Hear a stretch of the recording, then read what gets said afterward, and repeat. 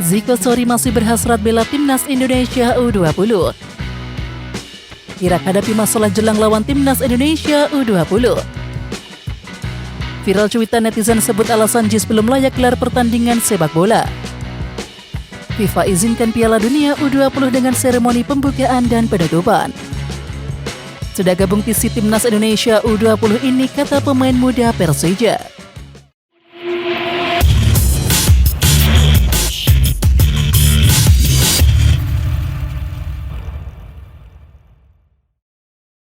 Pemain keturunan Indonesia Ziko Sori terus mencuri perhatian karena penampilan menggilanya bersama klub Belanda yakni Willem II U21. Di tengah penampilannya yang ciamik, Ziko Sori pun tampaknya masih punya keinginan untuk bela timnas Indonesia U20. Ya, Ziko Sori merupakan salah satu pemain yang ramai dikabarkan masuk radar pemain keturunan yang bisa memperkuat timnas Indonesia U20. Sebab striker kelahiran 29 Januari 2003 ini belum pernah dipanggil membela timnas kelompok umur di Belanda. Hadirnya Ziko Sori pun diyakini bisa menambah kedalaman timnas Indonesia U20 untuk berlaga di dua turnamen besar pada tahun ini. Dua turnamen itu adalah Piala Asia U20 dan juga Piala Dunia U20 2023. Ziko Sori memang punya kualitas ciamik dalam permainan. Dia punya tinggi 1,8 meter sehingga bisa menjadi striker yang andal ketika berduel di udara dan juga memiliki kecepatan dan akurasi tendangan yang ciamik. Kualitas permainan Ziko Sori pun dibuktikan dengan kinerjanya di Willem II U21. Resmi bergabung ke tim itu pada awal 2023, pemain berusia 20 tahun itu terus memberikan kontribusi besar ke tim.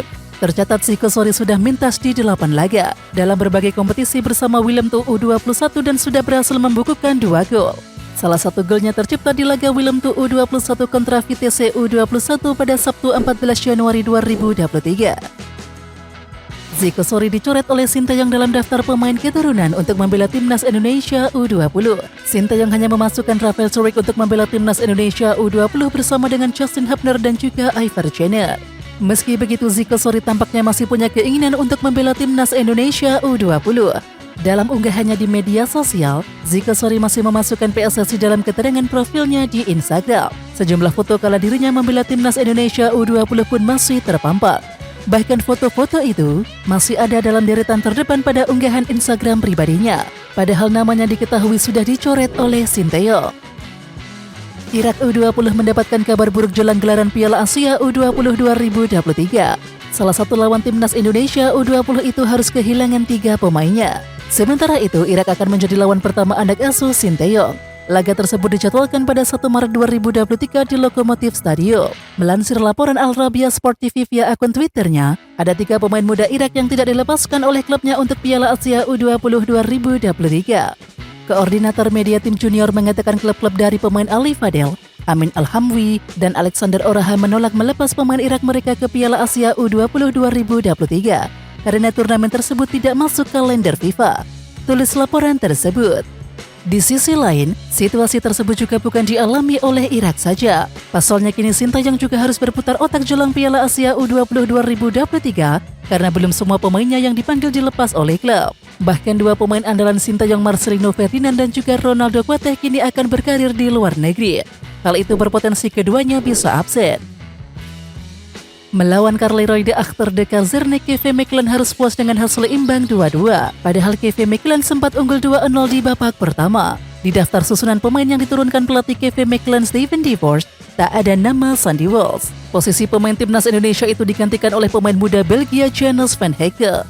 Bermain dengan 10 orang, KV Mechelen berusaha untuk bisa mempertahankan keunggulan. Namun di menit ke-66, Aydem Zorgan mampu memperkecil skor menjadi 1-2. Semenit kemudian kemenangan di depan mata KV Mechelen sirna setelah Zorgan mencetak gol keduanya pada laga itu. Hingga laga berakhir, Sandy Walsh juga tidak dimainkan oleh Steven de Vrij. Hingga akhirnya KV Mechelen pun harus puas dengan raihan 1 poin.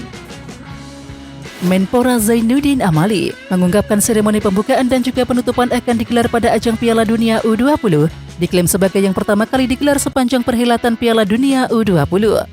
Pertama, Piala Dunia U20 ada opening dan juga closing. Kita jaga tidak lebih meriah dari senior. Itu diputuskan di Stadion Gelora Bung Karno, ujar Amali seusai pertandingan Persib Bandung melawan PSS Sleman.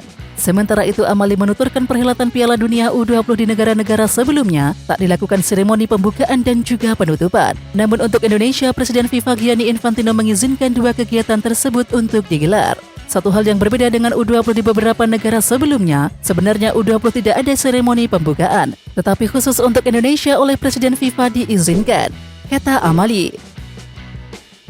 Sejak resmi dibuka, JIS baru beberapa kali digunakan untuk bertanding. PSSI juga batal menggelar laga kontra Curaçao di JIS dan memindahkan venue ke Stadion Pakansari. Dan karena itu banyak protes yang lahir dari netizen. Namun kini, protes-protes yang lahir kini seakan dibungkam oleh netizen yang hadir ke JIS saat ingin menonton konser Dewa 19. Akun bernama @adiran Syahyasin mengungkapkan, menggelar acara besar di JIS dengan penonton berjumlah puluhan ribu hanyalah sebuah bencana. Hal ini dikarenakan akses transportasi umum massal yang belum banyak tersedia, lalu akses pintu keluar di satu titik membuat penonton berjubel. Banyaknya keluhan ini membuat netizen menyadari keputusan PSSI tak menggelar pertandingan sepak bola dengan fanatisme besar dari para penikmat sepak bola tanah air. Di samping itu, total ada lebih dari 60.000 penonton yang hadir di stadion untuk melihat band yang digawangi oleh Ahmad Dhani dan kawan-kawan tersebut. Resmi berseragam KMS Skydense, otomatis nilai pasaran Marcelino Ferdinand semakin meningkat. Hal itu juga segaris lurus dengan gaji per bulan yang akan dia terima. Marcelino Ferdinand, pemain 18 tahun ini resmi diboyong ke klub Belgia KMS Skydense dari Persebaya Surabaya di akhir Januari 2023 lalu.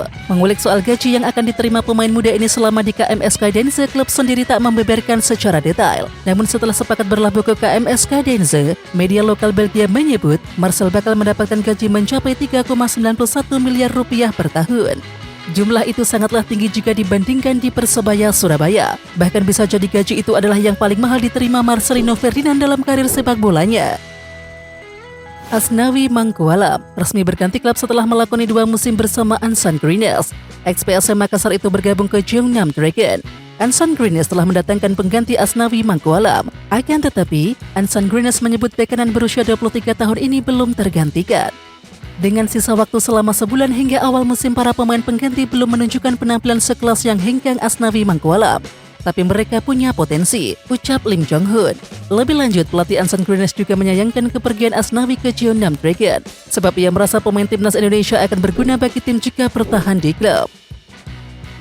Salah satu pemain Persija Jakarta yang sudah bergabung ke pemusatan latihan atau TC adalah Frankie Misa. Frankie Misa mengucapkan rasa bersyukur karena kembali dapat kepercayaan dari Sinteyong.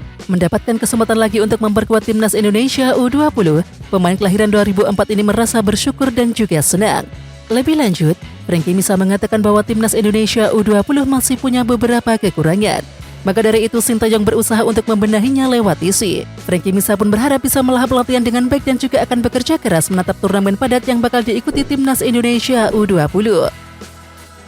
Perwakilan FIFA kembali mengecek seluruh lapangan di Surabaya yang akan digunakan selama Piala Dunia U20 2023 pada 20 Mei hingga 11 Juni mendatang.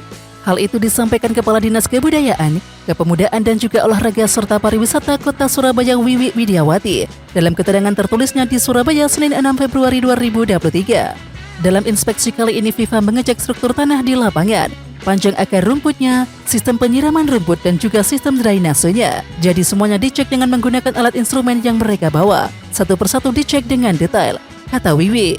Wiwi memastikan untuk pekerjaan fisik dan sebagainya ditargetkan pada bulan Maret sudah harus selesai semuanya. Kemudian pada April bisa dilihat apa saja yang belum dan masih kurang untuk diperbaiki. Oke Timnas Lovers, siapa kita? Kita Indonesia. Ayo kita dukung terus sepak bola tanah air Indonesia. Jangan lupa dukung terus Garuda Raya Channel dengan subscribe, like, dan komen karena saran dan kritik kalian sangat bermanfaat untuk perkembangan channel ini. Tungguin video selanjutnya dari Garuda Raya Channel. Salam olahraga.